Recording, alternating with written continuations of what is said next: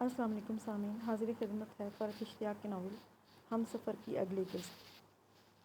بابا ابھی ہمیں ٹی پارٹی کرنی ہے۔ منہ بسور کر اس نے اپنے کھلونوں کے پنک کلر کے ٹی سیٹ کی طرف دیکھا۔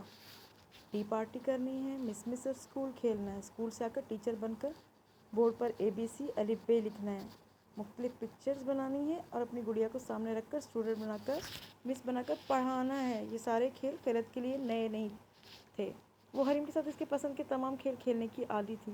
وہ اکثر و بیشتر حریم کے ساتھ مس گھر اور ٹی پارٹی کر کے خوش ہو جایا کرتی تھی، مگر اشر کے لیے یقیناً ایک بہت نئی بات تھی۔ ایک پل کے لیے وہ ٹی پارٹی کے لفظ پر حیران بھی ہوا، پھر کچھ سوچ کر وہ آنکھوں میں دلچسپی لیے محبت لیے حریم کے پاس کارپیٹ پہ بیٹھ گیا۔ کیسے ہوگی ٹی پارٹی؟ اشر نے حریم سے پوچھا، جو چھوٹی چھوٹی ساسرز پھولدار کپوں کو سیٹ کر کے رکھ رہی تھی۔ اسے 3 کپ ساسر میں سجائے، ساسر میں شکر ملانے کے لیے چھوٹے چھوٹے چمچ رکھے، کیٹلی کو ڈھکن لگایا، شوگر پاٹ ٹھیک سے رکھا۔ جب سب چیزیں اشر اور خیرت کے سامنے ٹھیک کر لی گئیں، تب اس نے پہلے اشر کے کپ میں کیٹلی سے فرضی چائے اونڈے لی، پھر خیرت کے اور آخر میں اپنے کپ میں، پھر اشر اور خیرت کے کپوں میں شوگر پاٹ اٹھا کر فرضی چینی ڈالی، اسے چمچ سے ہلایا، پھر نہایت سنجیدگی سے بولی، چائے پیے پاپا۔ مسکراہٹ ضبط کرتے اشر نے بڑی سنجیدگی سے کپ اٹھایا، اس چھوٹے سے کھلونے کے فرضی کپ کا ایک گھونٹ بھرا۔ واؤ، اتنی مزے کی چائے! اتنی مزے کی چائے تو میں نے کبھی نہیں پی۔ اس کا چہرہ سنجیدہ تھا، مگر اس کی آنکھیں مسکرا رہی تھیں، بیٹی کے اس معصومانہ اور بچگانہ کھیل کو انجوائے کر رہی تھی۔ خیرت خود بھی مسکراتے ہوئے اس فرضی چائے کے گھونٹ پی رہی تھی۔ فرق صرف اتنا تھا کہ وہ اس کھیل کو صرف انجوائے کر رہی تھی، اس پہ حیران نہیں ہو رہی تھی۔ حریم نے بھی چائے کا کپ اٹھا کر گھونٹ بھرا، پھر اس نے بولی، ماما چائے کیسی ہے؟ یعنی صرف باپ کی تعریف کافی نہیں تھی، بہت مزے کی۔ اب سے ہم لوگوں کے لیے چائے صرف حریم بنایا کرے گی۔ آپ چائے اور لیں گے پاپا؟ ایسے جیسے کسی گھر آئے مہمان یا سے کوئی میزبان کھانے کے بارے میں اصرار کرتا ہے، اخلاق دکھاتا ہے، اسی طرح اس نے اشر سے پوچھا۔ آہستہ آہستہ گھونٹ لینے کی اداکاری کرنے کے بعد اشر نے اپنا کپ واپس ساسر میں رکھ دیا۔ نہیں بس بہت پی لی، آپ نے چائے بہت اچھی بنائی تھی۔ اپنی ہنسی ضبط کرتے اس نے مہمان جیسا ہی لہجہ اختیار کرنا چاہا۔ یہ کھیل اس کے لیے بہت انوکھا، دلچسپ اور بالکل ہی نیا تھا۔ یہ اس کی آنکھوں کی دلچسپی، حیرت بھری مسکراہٹ واضح طور پر بتا رہی تھی۔ ختم ہو گئی ٹی پارٹی، اب پاپا جائیں؟ کچھ دیر بعد اس نے حریم سے پوچھا۔ اس نے سر ہلا دیا اور جانے کی اجازت دے دی۔ اشر چلا گیا تو سارے کھلونے لے کر حریم کو اس کے کمرے میں لے آئی خیرت۔ آج حریم کافی تھک گئی تھی، کافی چلی پھری تھی، اس لیے اب وہ چاہ رہی تھی کہ حریم سو جائے، کھلونوں سے کھیلتے نیند آ جائے تو بہتر ہے۔ اشر کی رکھی میڈ زینت، جو دوپہر کو ہی ان کے ہاں آ چکی تھی، اس نے کھانا وغیرہ اس سے آ کر پوچھا۔ اس نے انکار کر دیا تو وہ بالکونی پہ بنے سرونٹ کوارٹر میں چلی گئی۔ ٹی پارٹی کرنی ہے، زیر لب دہراتا وہ بے ساختہ ہنسا۔ اس کی بیٹی کتنے مزے کی معصومانہ باتیں کرتی ہے۔ ڈاکٹر انصاری کی امید بھری خوش آئند باتوں کو ذہن میں رکھ کر باقی تمام تفکرات کو کہیں پیچھے دھکیل کر وہ حریم کے بارے میں حریم کے ساتھ منائی گئی کچھ دیر پہلے کی ٹی پارٹی کو یاد کر کے مسکرا رہا تھا۔ آپ چائے اور لیں گے پاپا؟ اس کا معصوم انداز اس کے لبوں پر مسکراہٹ لے آیا۔ کیا بات ہے، اکیلے بیٹھے کس بات پر مسکرا رہے ہو؟ لاؤنج میں داخل ہوتی فریدہ نے اسے تنہا آنکھیں بند کر کے بیٹھے کسی بات پر مسکراتے دیکھا تو فوراً پوچھا۔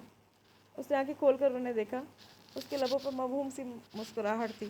فریدہ اس کے سامنے والے صوفے پہ بیٹھ گئی۔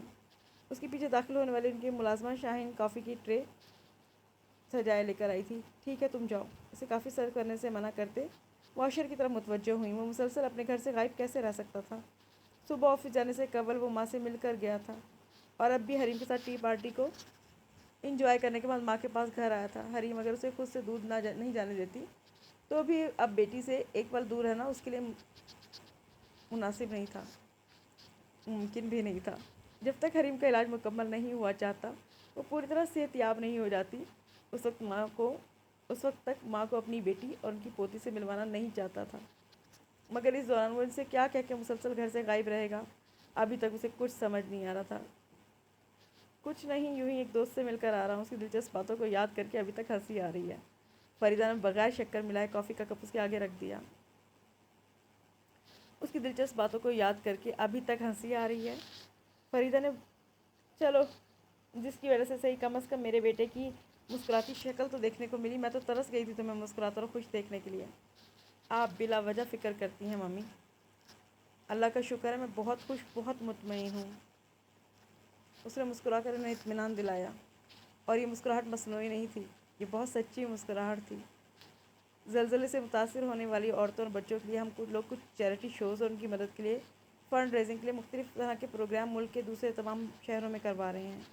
پھر اس کے بعد زلزلہ زدگان کی دور دراز آبادیوں میں خصوصیات کے ساتھ بچوں اور عورتوں کے حوالے سے ناردرن ایریاز میں بھی کافی دنوں تک ہم لوگوں کو قیام رہے گا۔ 1 ڈیڑھ مہینہ تو لگ ہی جائے گا۔ میں سوچ رہی ہوں اتنے دن گھر سے دور رہوں گی تو آپ جائیں مما، میں کوئی چھوٹا بچہ تو نہیں جس کی آپ فکر رہے گی آپ کو۔ کافی کثیر لیتے اس نے اطمینان دلایا۔ ماں کی اس پروگرام مصروفیت کو جان کر بے انتہا خوش ہوا۔ ایسا لگا جیسے اس کا کوئی مسئلہ از خود حل ہو گیا ہے۔ فریدہ این جی اوز کے علاوہ دیہی پسماندہ علاقوں میں رہنے والی عورتوں اور بچوں کی فلاح و بہبود کے لیے قائم کردہ کئی اداروں سے وابستہ بھی تھیں، اور اس طرح چیریٹی سے متعلق کاموں کے لیے ان کا ملک اور بیرون ملک میں اکثر آنا جانا لگا رہتا تھا۔ ان دنوں خصوصیت کے ساتھ 8 اکتوبر 2005 کے زلزلے سے متاثرین کی بحالی کے حوالے سے ان کا ادارہ خاصی سرگرمی سے کام کر رہا تھا۔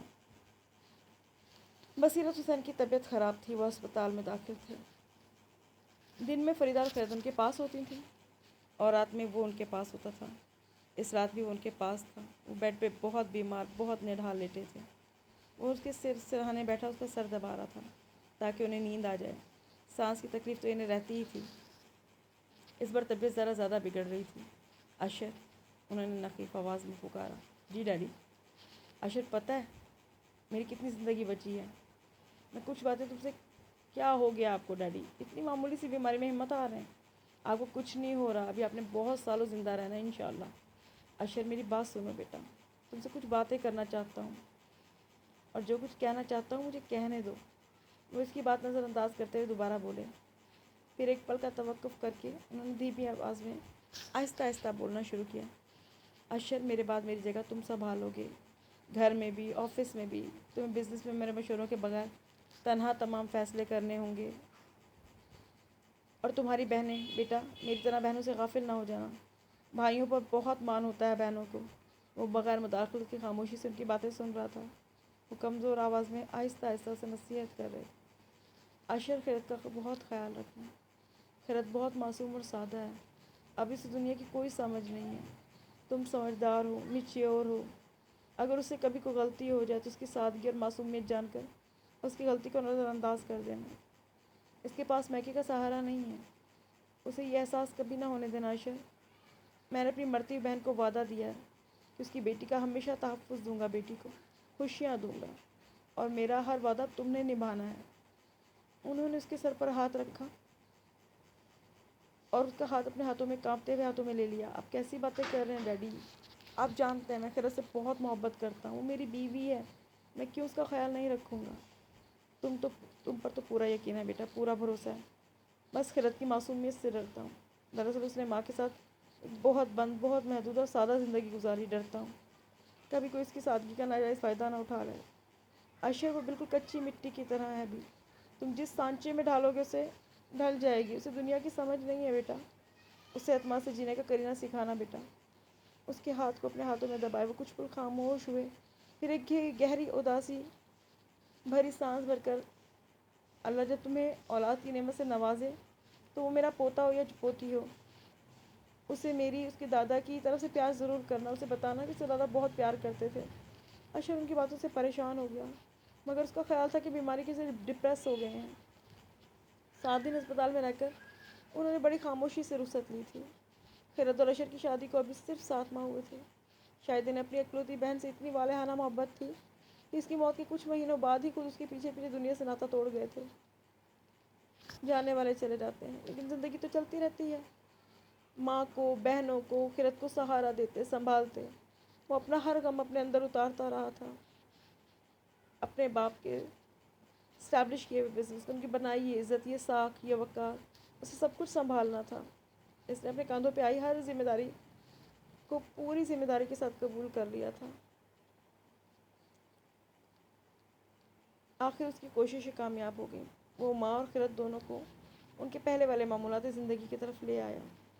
فریدہ شوہر کی دائمی جدائی کے دکھ کو قبول کرتے زندگی کی طرف لوٹی تو انہیں اپنے گھر اور بچوں کی فکر لاحق ہوئی۔ اشر نے خود کو سنبھال لیا تھا، مگر خرد ماں کے انتقال کے بعد اب بے تحاشا چاہتے لٹانے والے ماموں کی جدائی کے غم میں بجھی بجھی رہنے لگی تھی۔ اس کی یونیورسٹی کی کلاسز کب کی شروع ہو چکی تھی۔ فریدہ کے کہنے اور سمجھانے پر اس نے یونیورسٹی جانا شروع کر دیا تھا۔ خرد اپنی پڑھائی کو بہت سنجیدگی سے لے رہی تھی۔ وہ پڑھاکو قسم کی لڑکی تھی اور پڑھنا اس کے نزدیک وقت گزاری یا ہنسی مذاق کی بات نہیں تھی۔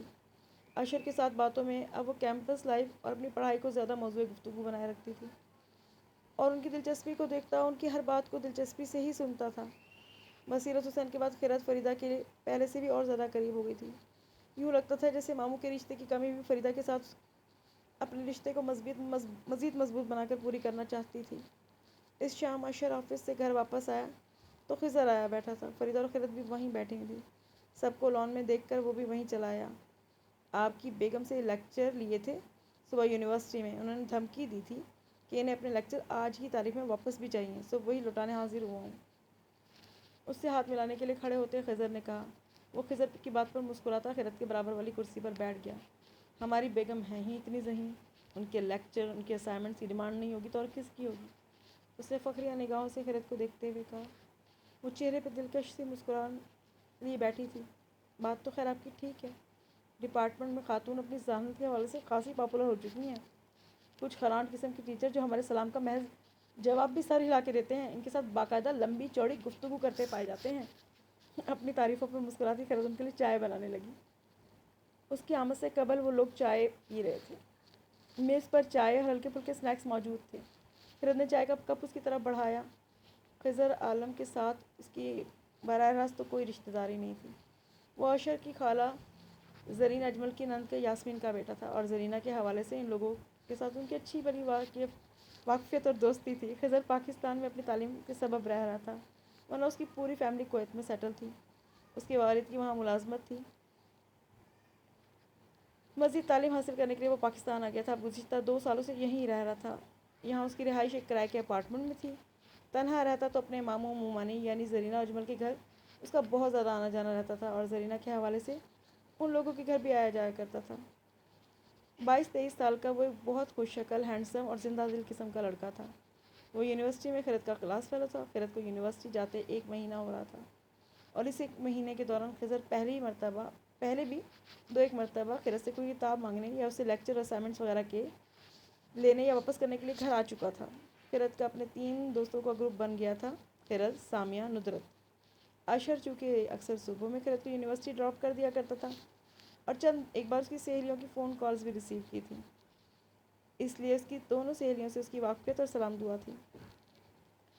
خرد کے گروپ کا ان آفیشیل ممبر حماد سعید تھا، جو سامیہ کا فرسٹ کزن بھی تھا اور ان دونوں کا آپس میں نکاح ہو چکا تھا۔ سامیہ کی وجہ سے ان تینوں کے گروپ میں اکثر و بیشتر آ جایا کرتا تھا۔ خضر جو حماد کے ہی دوستوں کے گروپ میں تھا، وہ بقول خرد کے دوست سامیہ کے صرف خرد کے لیکچر اور اسائنمنٹ کے لالچ میں ان کے گروپ میں شامل ہوا تھا۔ خرد کے اسائنمنٹس اور اس کے کام کی اگر اپنی کلاس میں دھوم تھی تو کچھ غلط نہیں تھا، وہ پڑھتی تھی اور رات بھی سونے سے قبل اس نے 1 گھنٹہ اپنی اسٹڈیز کا لازم کیا ہوا تھا۔ اس نے بڑی سنجیدگی سے اسے پڑھنے کی اجازت لی تھی اور اس نے ایک پیار بھری ڈانٹ کے ساتھ اسے یہ اجازت دی بھی تھی کہ کیا وہ ایسا ظالم شوہر تھا جس سے ڈر ڈر کے اجازتیں طلب کی جاتی؟ صرف 1 گھنٹے کی تو بات تھی۔ اس دوران خرد کو ڈسٹرب کرنے کے بجائے اپنے لیے کوئی نہ کوئی مصروفیت تلاش کر لیتا، کبھی ٹی وی، کبھی انٹرنیٹ، کبھی کوئی کتاب، اور ان کے ساتھ مشغول ہو جاتا۔ خرد 1 یا سوا گھنٹہ دنیا معافی سے بے خبر ہو کر میتھس کے مشکل فارمولوں اور پیچیدہ سوالوں میں سر کھپاتی۔ اس دوران اگر اسے جمائی لیتے یا نیند بھگانے کی کوشش کرتے دیکھ لیتی تو فوراً اپنی پڑھائی ختم کر کے بیڈ پر آ جاتی۔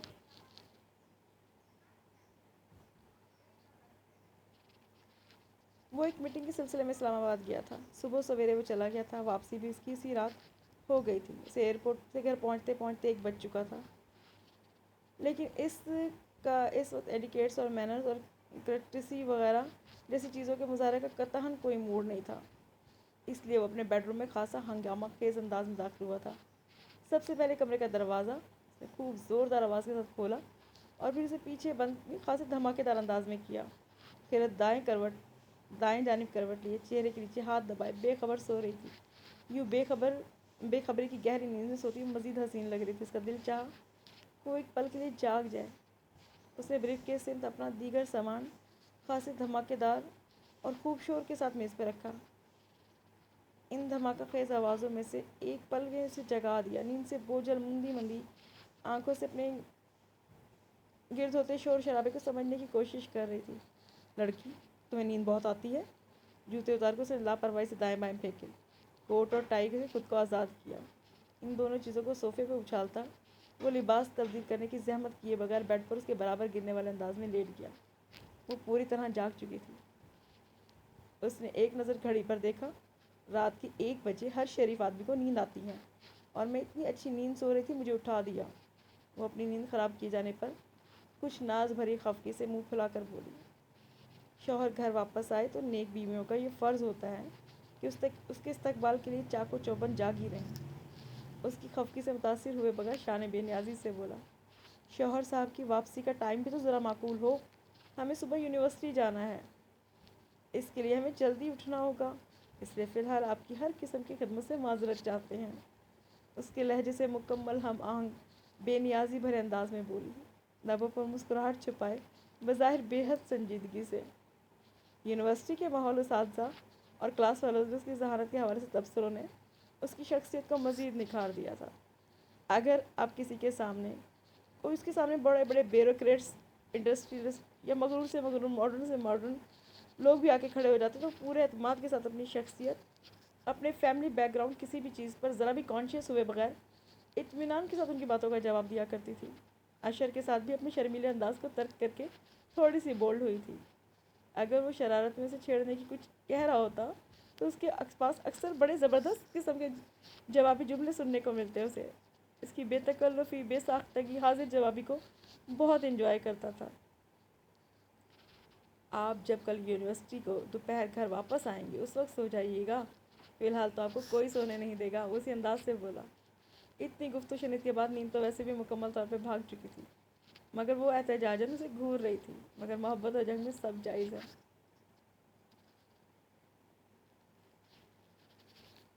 خیرت، ناشتہ تو ڈھنگ سے کر لو، جلدی جلدی ایک ٹوسٹ اور چائے حلق میں اتارتی خیرت کو فریدہ نے ٹوکا۔ ماما، میری کلاس پہلے ہی 8:30 بجے، لیٹ ہو جاؤں گی، آپ فکر مت کریں، بھوک لگے گی تو وہاں سے کچھ لے لوں گی۔ فریدہ کو خیرت کی صحت کے حوالے سے بڑی فکر رہنے لگی تھی۔ مجھے پتہ ہے لینا مینا کچھ نہیں ہے، بس یوں ہی میری تسلی کے لیے کہا جا رہا ہے۔ میں پرومس کرتی ہوں ماما، میں نے انہیں مطمئن کیا۔ اشر، ذرا دیکھو اسے، اپنا بالکل خیال نہیں رکھتی، دیکھو کتنی دبلی ہو رہی ہے۔ وہ اخبار پر نظریں دوڑاتے خاصی دیر سے اس کے لاڑ اور بہو کے نخرے دیکھ رہا تھا۔ اب براہ راست مخاطب کیا گیا تو اس نے نظروں کے سامنے سے اخبار ہٹا کر اپنی توجہ مرکوز کی۔ مجھے تو ٹھیک ٹھاک بلکہ کچھ موٹی ہی لگ رہی ہے ماما۔ اس کے جواب میں اس نے خاصی ناراضگی سے بیٹے کو گھورا۔ ہاں، یہ الٹی سیدھی باتیں بول دو تاکہ رہی سے کسر بھی پوری کر لے ڈائٹنگ کر کر کے۔ ماما، آپ سے پرومس کر رہی ہوں نا، یونیورسٹی میں ضرور کچھ کھا لوں گی۔ چائے کا کپ خالی کر کے میز پر رکھتے اس نے اطمینان دلایا۔ چلیں؟ خیرت نے اس سے پوچھا۔ سر کو ہلاتا اشر کرسی کو پیچھے کھسکاتا کھڑا ہو گیا۔ صبح اس کی پہلی کلاس جلدی ہونی ہوتی ہے تو اشر کے ساتھ ہی چلی جاتی تھی۔ وہ اسے کیمپس میں ڈراپ کرتا، آفس چلا جاتا۔ اگر اس کی پہلی کلاس دیر سے ہونا ہوتی تب وہ ڈرائیور کے ساتھ چلی جاتی، اور واپسی میں تو روز ہی ڈرائیور کے ساتھ آتی تھی۔ Of white trouser, of white گھٹنوں سے کچھ اونچی قمیض، آف وائٹ اور میرون پرنٹڈ دوپٹے میں وہ بہت فریش، تر و تازہ اور نکھری نکھری سی لگ رہی تھی، ایک ینگ سی کالج گرل کے تصور میں پوری اترتی ہوئی۔ وہ کسی طرح بھی شادی شدہ نہیں لگتی تھی۔ ایک بھرپور گہری نظر اپنی حسین بیوی پہ ڈالتا ہوں مسکرایا۔ کیا دیکھ رہے ہیں؟ اپنی زوجہ محترمہ کو خوش خوش دیکھ رہا ہوں۔ تم خوش ہو نا خیرت اپنی اسٹڈیز دوبارہ شروع ہونے پر؟ ہاں، بہت بہت زیادہ، وہ جواب میں بھرپور انداز میں مسکرائی۔ ایسا لگنے لگا ہے میری زندگی کا بھی کوئی مقصد ہے۔ گھر میں بیٹھے بیٹھے تو انسان خود کو بالکل ورتھ لیس سمجھنے لگتا ہے۔ اب مجھے لگنے لگا ہے کہ ہاں، میں بھی کچھ ہوں، میں بھی کچھ کر سکتی ہوں۔ وہ اسے اپنے دل کی بات بتا رہی تھی۔ جب میں MS کر لوں گی نا تو آپ مجھے جاب کرنے دیں گے؟ اس نے اشر کی طرف دیکھا۔ ہاں بالکل، مجھے ویسے بھی ایک حسین سیکرٹری جس کا میتھ بہت شاندار ہو کی اشد ضرورت ہے۔ شرارتی انداز میں وہ بولا۔ مذاق نہیں، آپ سیریسلی بتائیں نا۔ کر لینا یار، جہاں دل چاہے وہاں جاب کر لینا۔ تمہیں کیا میں اتنا دقیانوسی لگتا ہوں کہ اگر تم کام کرنا چاہو گی تو تمہیں روک دوں گا؟ نہیں، بالکل بھی نہیں۔ کہنے کی حد تک تو سب ہوتے ہیں، مگر آپ حقیقت میں بہت کھلے ذہن کے ہیں۔ میری شدید خواہش تھی کہ میں اپنی ایجوکیشن پوری کر سکوں۔ میری خواہش صرف آپ کی وجہ سے پوری ہو رہی ہے۔ اسے سنجیدگی سے اس کی تعریف کی۔ نہیں، بالکل بھی نہیں۔ کہنے کی حد تک ہے یہ سب باتیں، تم اتنی ذہین ہو کہ تمہارا حق تھا۔ صبح صبح ایک حسین لڑکی نے میری اتنی تعریف کر دی، لگتا ہے سارا دن بہت اچھا گزرے گا۔ اپنی تعریف پر مسکراتے اور ہنستے ہوئے اس نے اپنی گاڑی کا دروازہ خیرت کے لیے کھولا۔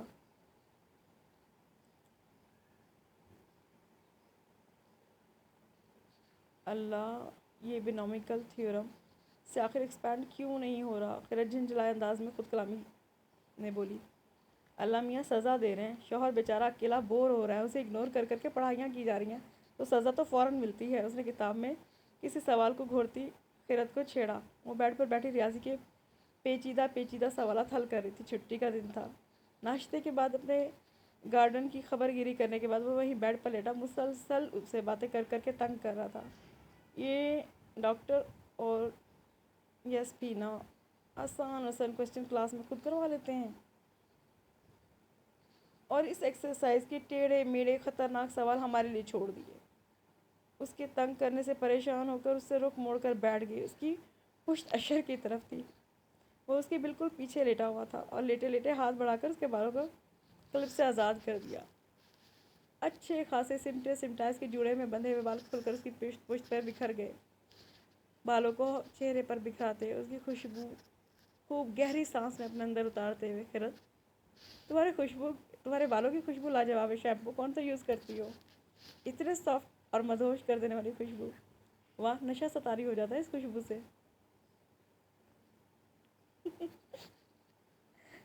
اشر اسے مسلسل تنگ کیے جا رہا تھا۔ سرانے رکھے فون کی گھنٹی بجی۔ اشر نے لیٹے لیٹے ہاتھ بڑھا کر ریسیور اٹھایا تو دوسری طرف خضر تھا۔ اشر بھائی، خیرت سے بات ہو سکتی ہے؟ بھائی میرے، وہ اس وقت مجھ سے بات نہیں کری، تم سے کیا کرے گی؟ مسکرا کر دل میں سوچتے اس نے کہا اچھا، اور ریسیور خیرت کو پکڑا دیا، جو اس وقت بے وقت کال سے کچھ بیزار ہوئی تھی۔ ہیلو۔ وہ خیرت کی بیزاری کے لیے ہیلو پر مسکرایا۔ اس میں بھی ابھی بچوں والی معصومیت تھی۔ اسے لوگوں سے اپنے جذبات چھپانے نہیں آتے تھے۔ نہیں، سوالات ابھی مجھ سے حل نہیں ہو رہے۔ ہاں، کوشش کروں گی کہ اسائنمنٹ کل تک سبمٹ کرا سکوں۔ بڑی بے توجہی سے خضر کے سوالوں کا جواب دیا اس نے۔ ہاں، سب کوشچن حل کر لوں گی تو آپ کو دے دوں گی۔ اچھا، اس وقت بہت بزی ہوں، اللہ حافظ۔ وہ اس کی بد لحاظی اور بد اخلاقی پر پیچھے لیٹا ہنس رہا تھا۔ اس نے خیرت کے ہاتھ سے ریسیور لے کر واپس پلیٹر پر ڈال دیا۔ اسے ڈسٹرب کرنے، ستانے والے میں اپنے مشکل سے تائب ہو کر بیڈ سے اٹھ گیا۔ ہنسی مذاق کی بات الگ تھی، مگر اسے پڑھائی کے دوران ڈسٹرب کرنا اسے بھی اچھا نہیں لگتا تھا۔